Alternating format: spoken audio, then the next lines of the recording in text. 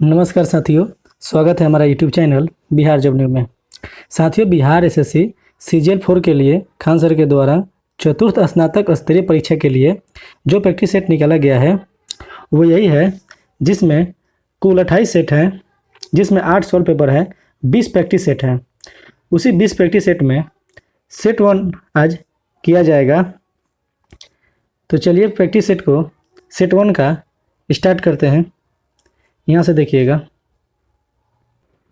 साथियों, video start करने से पहले अगर आप चैनल पर नए हैं तो चैनल को सब्सक्राइब जरूर करें, वीडियो को लाइक करें और दोस्तों के पास शेयर जरूर करें।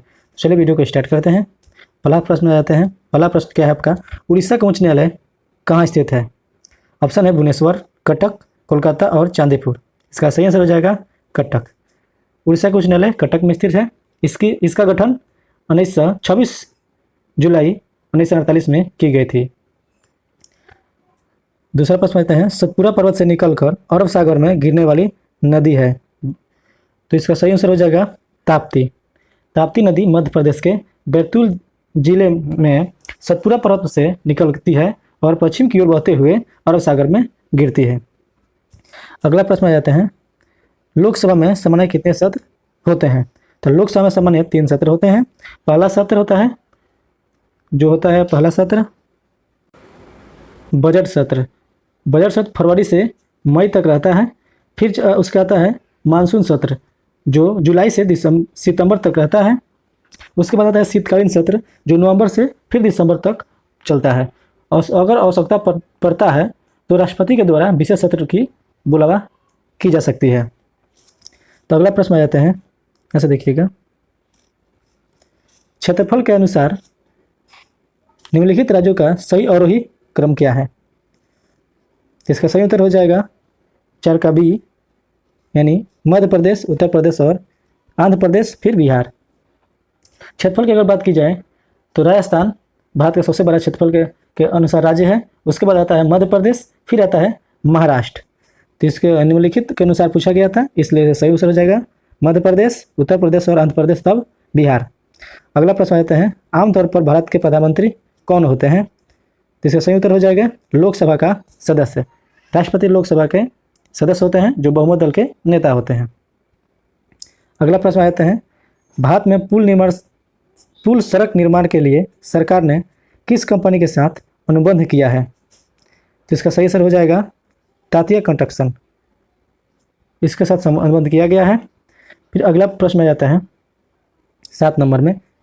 नई मुद्रा यूरो किस वर्ष में प्रारंभ की गई थी? नई मुद्रा यूरो ये 1999 में प्रारंभ की गई थी।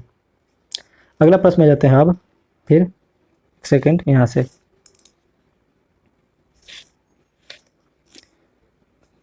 किस क्षेत्र में राहुल सांकृत्यायन 1920 के अनुसार असहयोग आंदोलन में सक्रिय थे? तो इसका सही उत्तर हो जाएगा छपरा, यानी ऑप्शन ए, ये छपरा के असहयोग आंदोलन में सक्रिय थे।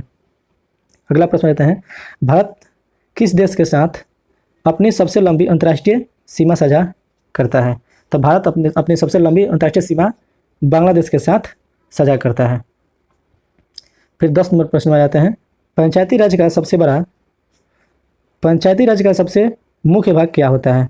पंचायती राज का सबसे बड़ा मुख्य भाग ग्राम पंचायत होता है। अगला प्रश्न फिर देखते हैं।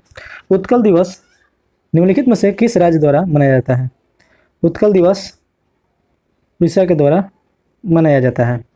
इसका सही उत्तर हो जाएगा उड़ीसा। फिर अगला प्रश्न देखते हैं। निम्नलिखित में से कौन से कथन एस्कर और ड्रमलिन के संबंध में हैं? ऑप्शन है एस्कर क्रूड बेडेड बजरी और रेत की लकीरें हैं, ठीक है।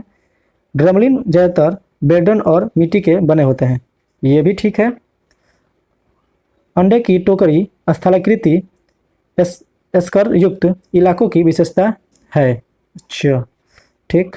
जबकि एस्कर ग्लेशियर की धाराओं द्वारा निर्मित होते हैं। डोलडम ग्लेशियर की क्रिया से उत्पन्न होते हैं, ये सही है। तो इसका सही उत्तर हो जाएगा, यहाँ से आइएगा, इसका सही उत्तर हो जाएगा 12 का बी।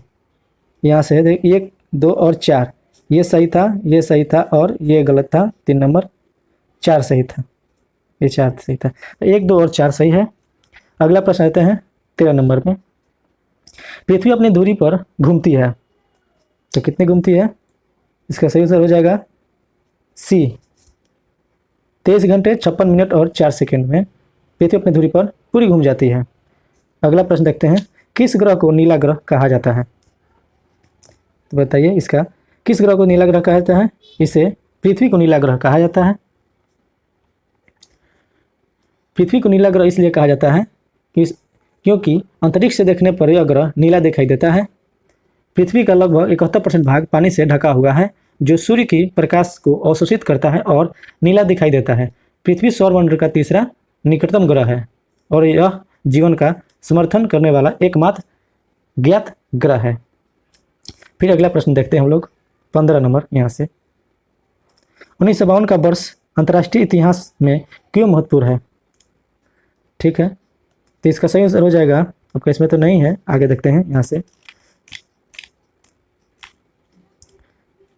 ये ऑप्शन डी, लोकसभा के लिए प्रथम आम चुनाव 1951-52 में किया गया था, इसलिए लोकसभा के लिए प्रथम आम चुनाव हुआ था, इसीलिए यह प्रसिद्ध है 51-52। ठीक है, अगला प्रश्न देखते हैं। तो फ्रंटियर गांधी,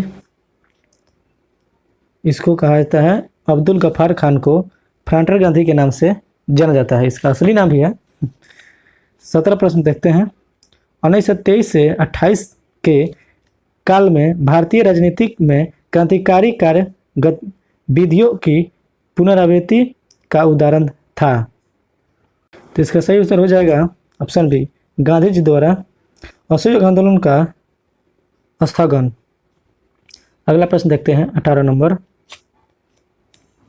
सन 1809 में फारसी में गिफ्ट टू मोनोथिस्ट किसने लिखी?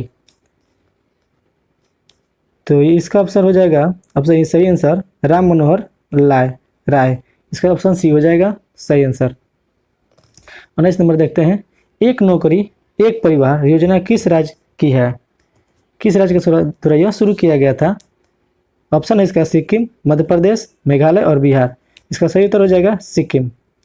एक नौकरी एक परिवार की योजना सिक्किम के द्वारा लॉन्च किया गया है। अगला प्रश्न है 20 नंबर में। बिहार में 1857 ईस्वी में क्रांति का नेतृत्व किसके द्वारा किया गया था?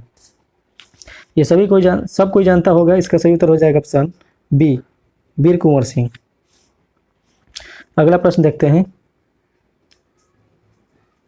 21 नंबर। निम्नलिखित में से कौन सा एक राजकोषीय नीति का उपकरण नहीं है? करपूरण ये भी है, सार्वजनिक व्यय ये भी है, सार्वजनिक ऋण ये भी है, ये नहीं है, ब्याज कर ये नहीं है। इसका सही उत्तर हो जाएगा ऑप्शन सी, 21 का सी।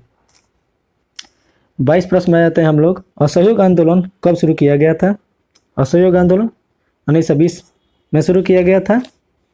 ठीक है, अगला प्रश्न देखते हैं अब 23 नंबर। पश्चिम विक्षोभ भारत में प्रवेश करने से पहले किस समुद्र से प्राप्त करता है? इसका सही उत्तर हो जाएगा 23 का जो है भूमध्य सागर। पश्चिमी विक्षोभ भारत में प्रवेश करने से पहले समुद्र से प्राप्त करता है, वो सही उत्तर हो जाएगा आपका भूमध्य सागर। अब अगला प्रश्न फिर देखते हैं हम लोग 24 नंबर। वह व्यक्ति जो भारत के राष्ट्रपति संयुक्त राज्य अमेरिका, चीन, तुर्की और थाईलैंड में राजदूत के साथ साथ जवाहरलाल विश्वविद्यालय के कुलपति भी रहे हैं, वह हैं कौन है? ये है KR नारायण। 24 का हो जाएगा आपका KR नारायण है, जो राष्ट्रपति संयुक्त राज्य अमेरिका, चीन, तुर्की और थाईलैंड में राजदूत के साथ साथ जवाहरलाल नेहरू विश्वविद्यालय के कुलपति भी रह चुके हैं। ये सही उत्तर KR नारायण। अगला प्रश्न देखते हैं 25 नंबर। कपास के लिए कौन सी मिट्टी उपयुक्त है? तो कपास के लिए काली मिट्टी सबसे उपयुक्त मानी जाती है। अगला प्रश्न आया था आप 26 नंबर में। उत्तरी भारत की तराई क्षेत्रों में सतही जल की अति प्रचुरता होने के कारण क्या है? कारण है इसका अधिक बड़े क्षेत्रों में चौड़ी घटनाओं के साथ नदियों का जल फैला फैल जाता है। यही 26 का सही हो जाएगा। अधिक बड़े क्षेत्रों में चौड़ी घाटियों के साथ नदियों का जल फैल जाता है, इसलिए इसे कहा जाता है। अगले प्रश्न आ जाते हैं आप लोग 27 नंबर में। इसे मिलान करना है। चलिए 27 प्रश्न हम देखते हैं। सूची 1 को सूची 2 में मिलान कीजिए। पहला सूची है खोजकर्ता, दूसरा है जन्म स्थान। यानी पहला खोजकर्ता जो है इनको जन्म कहाँ कहाँ हुआ था।